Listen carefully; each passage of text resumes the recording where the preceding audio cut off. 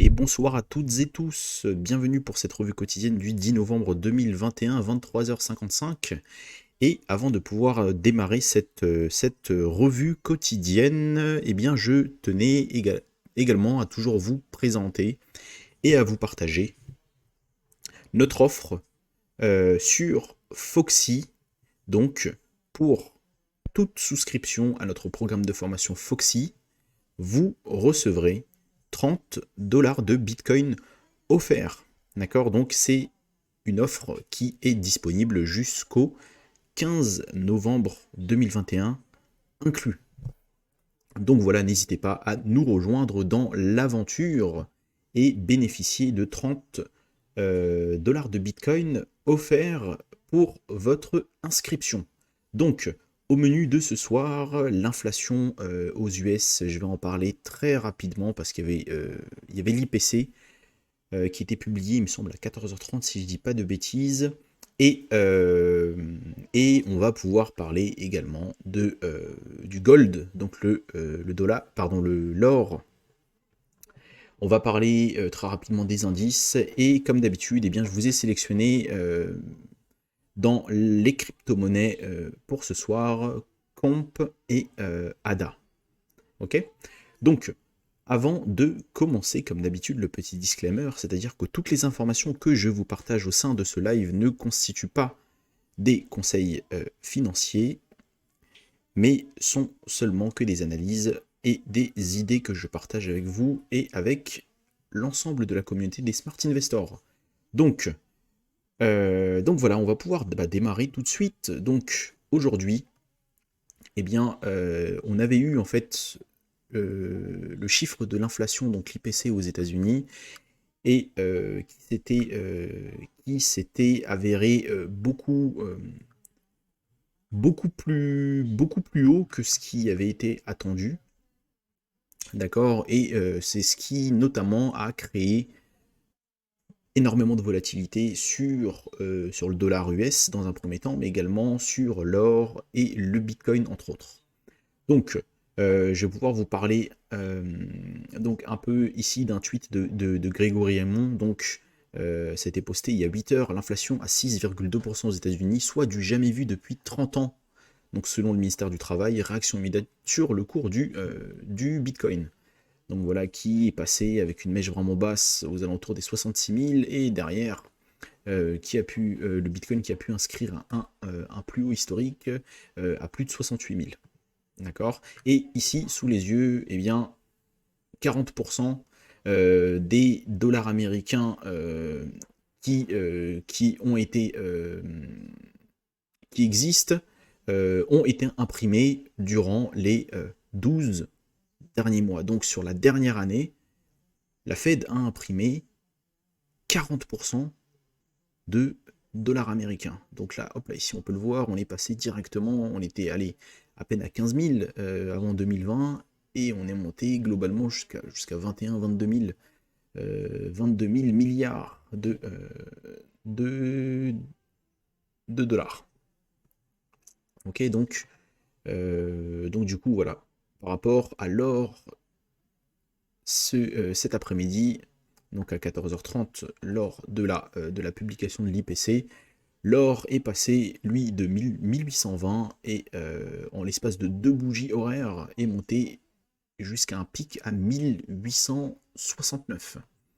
Donc là, à l'heure actuelle, corrige légèrement, mais en tout cas, volatilité extrême lors de la publication du chiffre.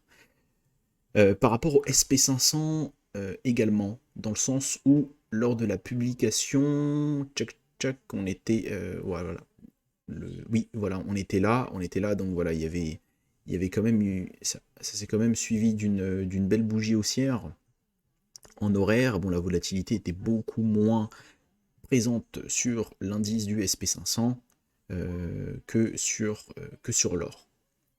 On va passer directement au BTC et voyons voir comment lui le BTC a réagi. On était ici sur cette bougie là.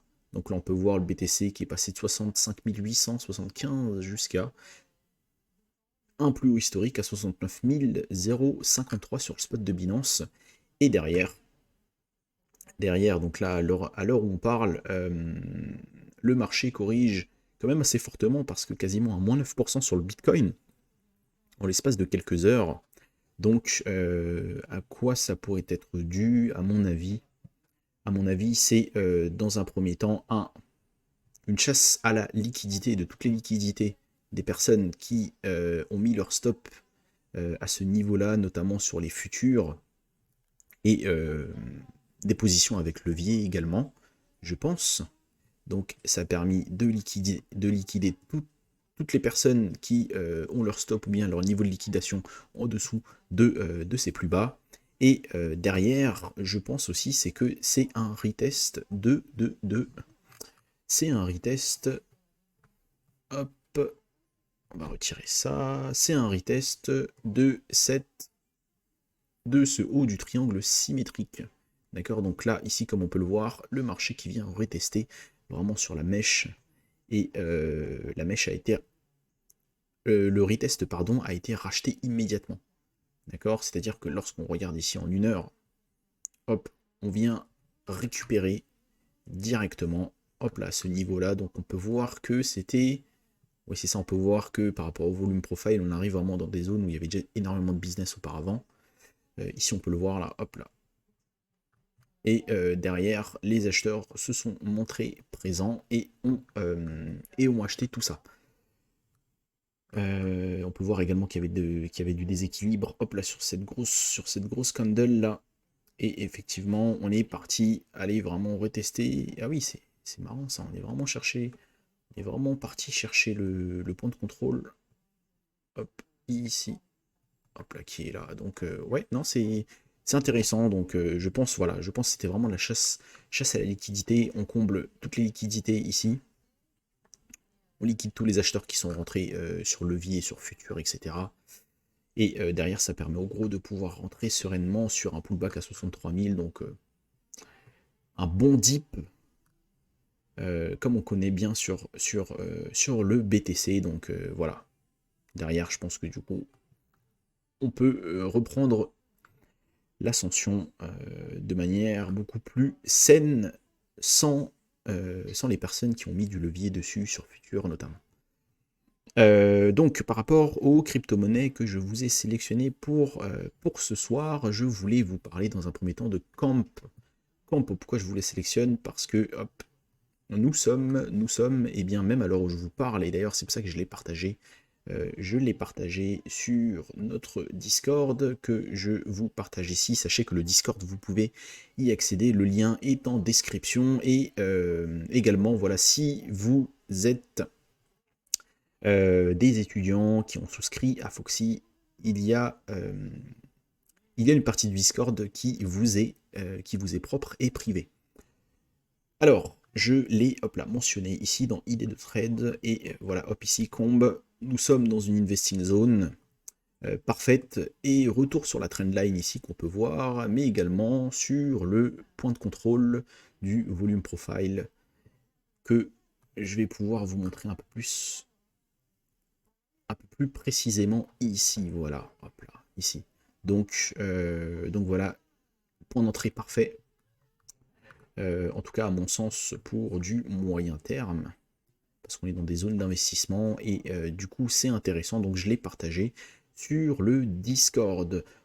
Donc par rapport à ça, donc voilà, si jamais vous rentrez également, quels pourraient être les targets? Donc dans un premier temps, target hop des 500, pourquoi pas target des 500 dans un premier temps. Deuxième target intéressant,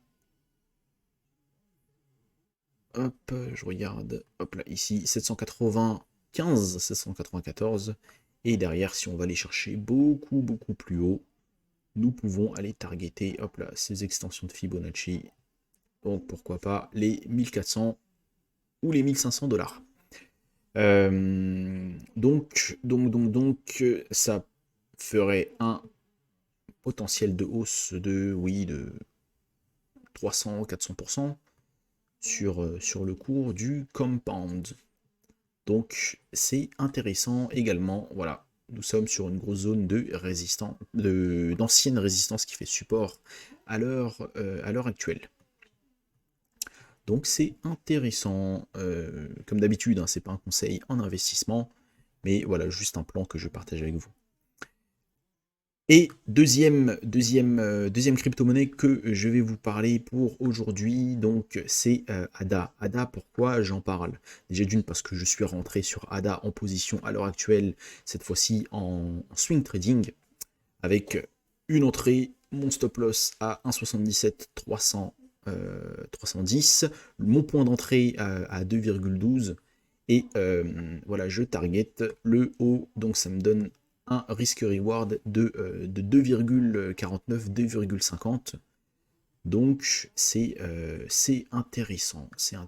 Donc pourquoi je suis rentré, pour quelle raison? Parce que en daily, ici on peut voir un W daily, et lorsque on décortique tout ça sur une plus petite unité de temps, donc là, hop là, le W daily ici qu'on peut voir, derrière une belle expansion haussière, je trace mon Fibo, j'ai été sur un 61,8 déjà de cette expansion haussière, donc je rentrais à ce niveau-là, on était également sur la ligne de coup du W daily, donc pour moi c'était un bon point d'entrée, et le stop loss, donc pourquoi je l'ai mis en dessous de cette mèche-là, d'accord? Parce qu'effectivement, le stop loss, il était large, hein, lorsque j'étais rentré.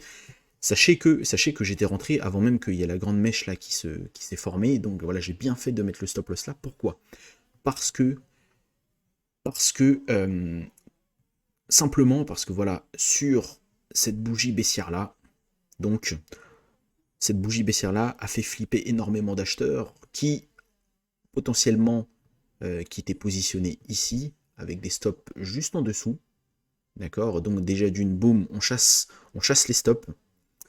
Et derrière, donc là ici on peut le voir avec la grande barre vendeuse sur les volumes, donc c'est-à-dire que il y a eu plus d'ordres vendeurs qui s'est fait ici, d'accord? Donc ça pouvait être voilà des panic sells, par exemple, mais surtout ce qui est important, à mon sens, c'est quoi? C'est que en fait, voilà, hop là, on a dans un premier temps tenu la mèche qui est ici, d'accord? Donc en clôture, nous l'avons tenue en daily, voilà.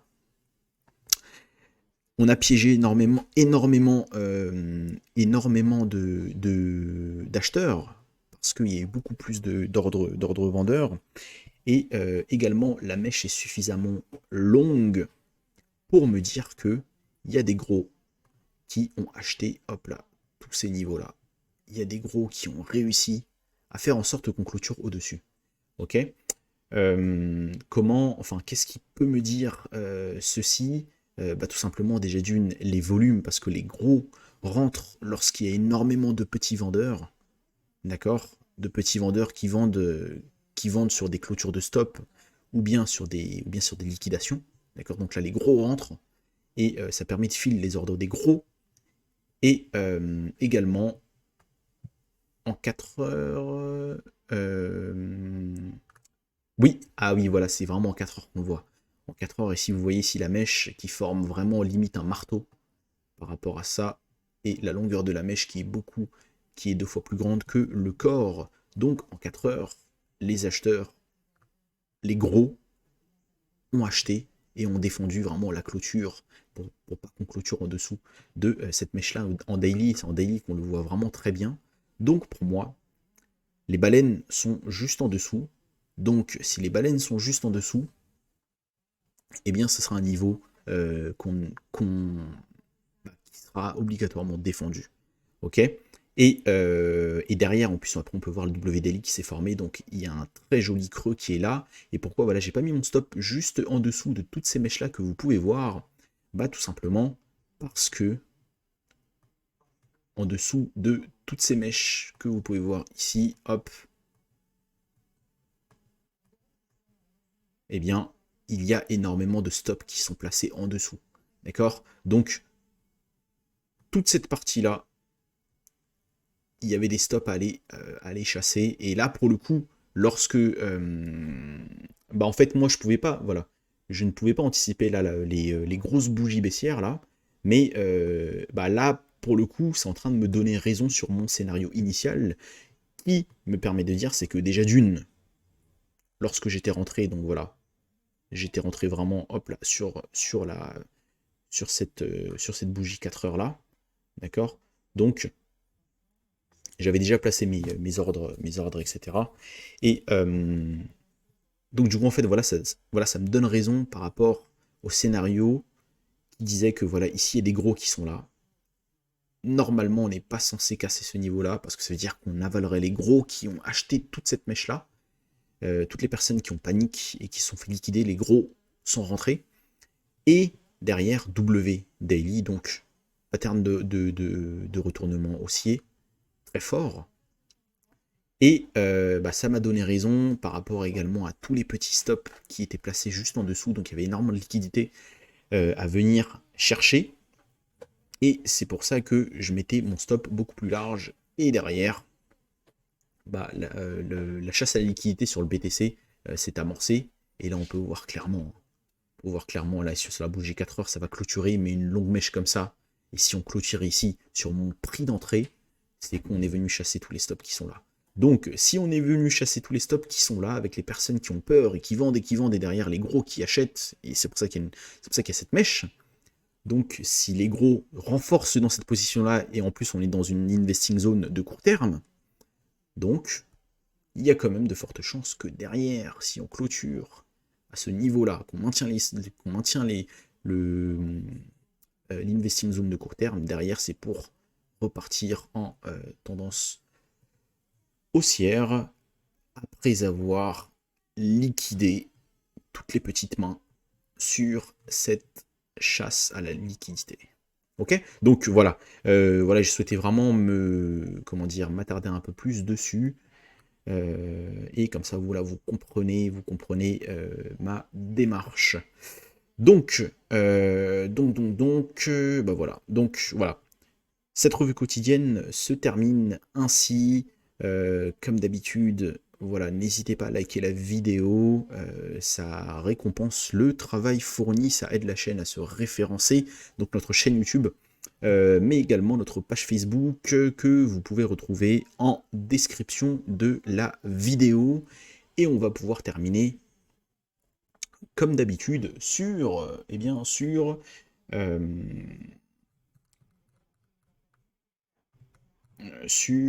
hop là, voilà, excusez-moi, il faut que je le retrouve, voilà. Voilà, on termine sur notre petit flyer de offre promotionnelle sur notre programme de formation Foxy qui vous permet, pour toute inscription au programme Foxy, vous recevrez 30 $ de Bitcoin offerts, et ce jusqu'au 15 novembre 2021 inclus. Pour rappel, la formation Foxy se compose de 6 grands cours, de 6 grandes thématiques, et qui regroupe un peu plus d'une quarantaine de vidéos, un peu plus d'une dizaine d'heures de formation, de replay, public, privé, de Traders Room, etc. etc. D'accord? Et en bonus, vous aurez accès à 2 heures de coaching personnalisé, 3 mois d'adhésion au live hebdomadaire, un accès au Discord communautaire pour pouvoir être informé de toute notre actualité, pouvoir échanger avec tous les smart investors, pouvoir récupérer toutes nos idées d'investissement, que ce soit personnel, professionnel, sur les actions, sur le forex, sur la crypto-monnaie, les NFT, etc. etc. Ok?